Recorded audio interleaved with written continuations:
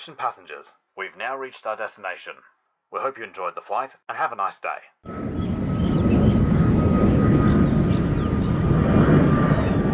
కేదార్నాథ్ కేదార్నాథ్ ఆలయం కేదార్నాథ్ మందిర్ అనేది శివుడికి అంకితం చేయబడిన హిందూ దేవాలయం, పుణ్యక్షేత్రం. మందాకిని నదికి సమీపంలో గర్హ్వాల్ హిమాలయ శ్రేణిలో ఉన్న కేదార్నాథ్ భారతదేశంలోని ఉత్తరాఖండ్ రాష్ట్రంలో ఉంది. తీవ్రమైన వాతావరణ పరిస్థితుల కారణంగా ఈ ఆలయం ఏప్రిల్, అక్షయ తృతీయ, నవంబరు, కార్తీక్ పూర్ణిమ, శరదృతువు పౌర్ణమి మధ్య మాత్రమే సాధారణ ప్రజలకు తెరిచి ఉంటుంది.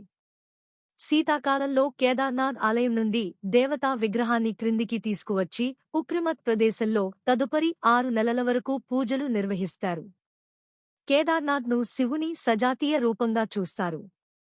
ఈ ప్రాంతం చారిత్రక పేరు కేదార్ఖండ్ ప్రభువు. ఈ ఆలయానికి నేరుగా రోడ్డు మార్గం లేదు. గౌరీకుండ్ నుండి 22 కిలోమీటర్లు ఎత్తుకు కష్టమైన ప్రయాణం ద్వారా కేదార్నాథ్ ఆలయం చేరుకోవచ్చు.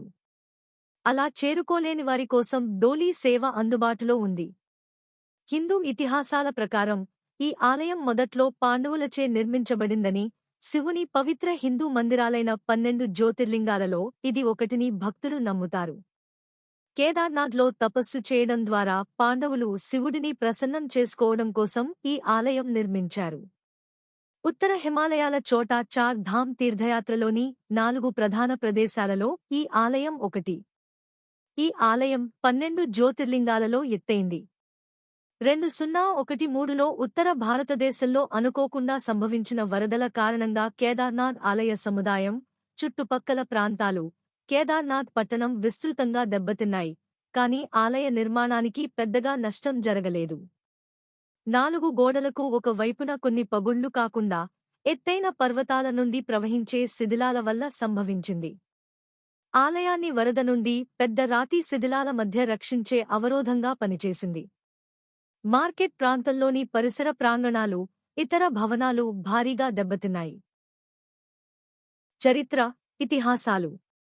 ఈ ఆలయం గంగా నదికి ఉపనది అయిన మందాకిని నది ఒడ్డున ఉన్న రిషికేశ్ నుండి 3583 మీటర్లు 11,755 లేదా 223 కిలోమీటర్లు 139 మై దూరంలో రాతితో నిర్మించిన దేవాలయం. అసలు కేదార్నాథ్ ఆలయాన్ని ఎవరు, ఎప్పుడు నిర్మించారనే ఖచ్చితమైన వివరాలు తెలియవు. కేదార్నాథ్ అనే పేరు క్షేత్ర ప్రభువు అని అర్థాన్ని సూచిస్తుంది. ఇది కేదార, క్షేత్రం, నాథ, ప్రభువు అనే సంస్కృత పదాల నుండి వచ్చింది. విముక్తి పంట ఇక్కడ పెరుగుతుంది కాబట్టి దీనిని అలా పిలుస్తారు అని కాశీ కేదర మహాత్మ్య వచనం పేర్కొంది. ఒక వేదాంత వృత్తాంతం ప్రకారం శివుడు, నరనారాయణులు కోరిక మేరకు ఇక్కడ నివసించడానికి అంగీకరించినట్లు కథనం. కురుక్షేత్ర యుద్ధం తరువాత వ్యాసముని సలహా మేరకు పాండవులు యుద్ధ సమయంలో వారు తమ బంధువులను చంపినందుకు శివుడిని దర్శించి క్షమాపణ కోరటానికి ఇక్కడకు వచ్చారని కథనం. అది ముందుగా గ్రహించి శివుడు వారిని క్షమించటానికి ఇష్టపడక ఎద్దుగా మారి కొండపై ఉన్న పశువుల మధ్య దాక్కున్నాడు. పాండవులు ఎద్దు రూపంలో ఉన్న శివుడిని గుర్తించే సమయంలో ఆ రూపం నేలమీద పరుండి మునిగిపోయి అదృశ్యమైంది. పాండవ సోదరులలో ఒకరైన భీముడు శివుని రూపంలో ఉన్న ఎద్దు తోకను పట్టుకుని వారి ముందు హాజరు కావాలని, వారిని క్షమించమని బలవంతం చేశాడు. దానికి ప్రాయశ్చిత్తంగా పాండవ సోదరులు కేదార్నాథ్లో మొదట ఈ ఆలయాన్ని నిర్మించారని ఒక కథనం. శివుడి శరీర భాగాలు తరువాత మరో 4 ప్రదేశాలలో కనిపించాయి. కావున సమష్టిగా ఈ 5 ప్రదేశాలను 5 కేదారాలు, పంచకేదార్ అని పిలుస్తారు. ఆ ఎద్దుతల పశుపతినాథ్ దేవాలయం ఉన్న ప్రదేశంలో కనిపించింది. పాండవుల గురించి కురుక్షేత్ర యుద్ధాన్ని వివరించే మహాభారతం కేదార్నాథ్ అనే ఏ ప్రదేశాన్ని ప్రస్తావించలేదు. కేదార్నాథ్ గురించి మొట్టమొదటి ప్రస్తావనల్లో ఒకటి స్కంద పురాణంలో సుమారు 7వ-8వ శతాబ్దం కనిపిస్తుంది. ఇందులో గంగా నది మూలాన్ని వివరించే కథ ఉంది. శివుడు తన జడలు కట్టిన జుట్టు నుండి పవిత్ర జలాన్ని విడుదల చేసిన ప్రదేశంగా కేదార్నాథ్ అనే వచన పేర్లు ఉన్నాయి.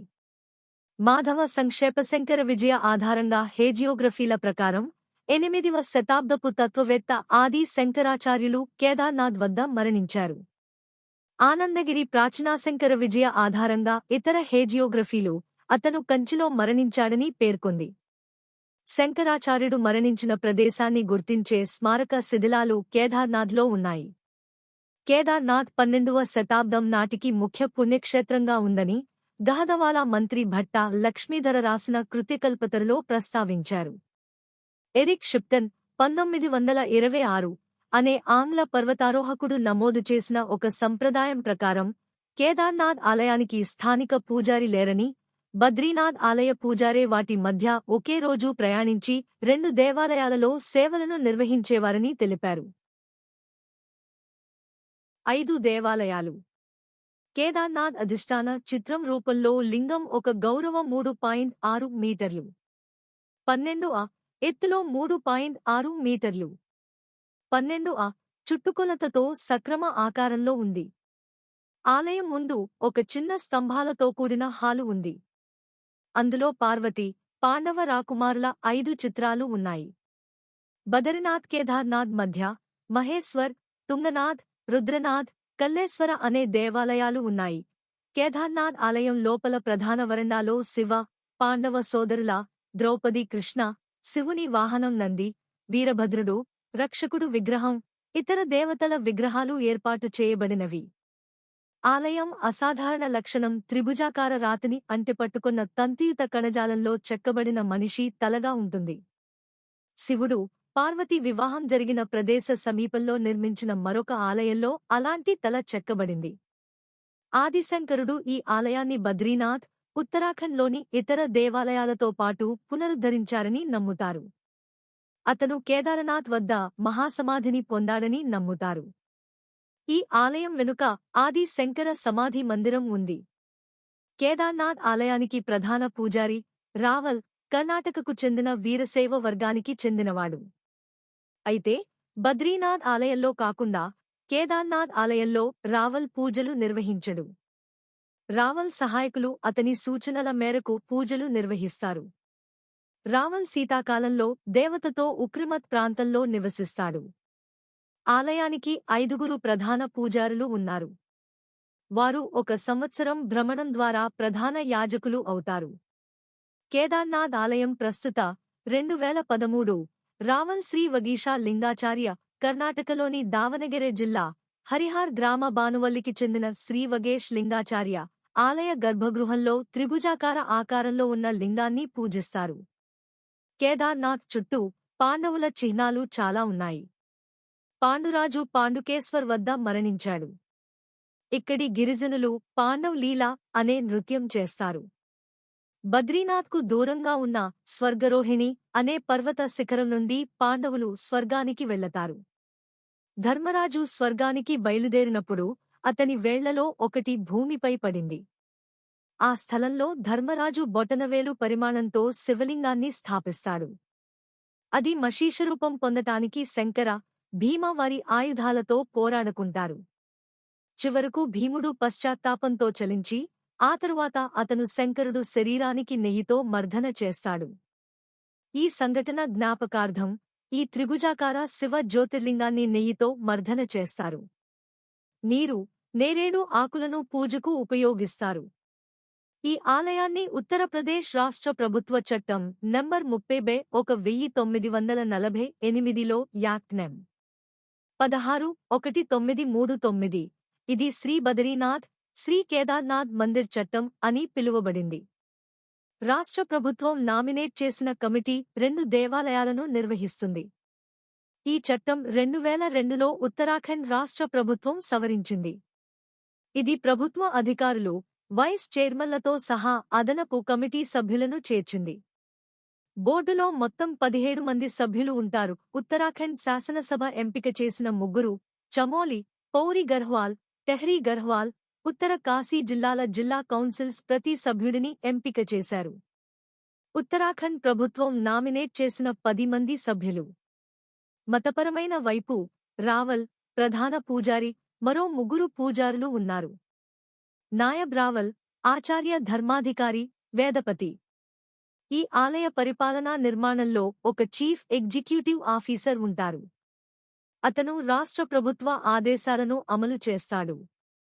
డిప్యూటీ చీఫ్ ఎగ్జిక్యూటివ్ ఆఫీసర్, ఇద్దరు ఓఎస్డీలు, ఎగ్జికా. 2013 కేదార్నాథ్ విపత్తు.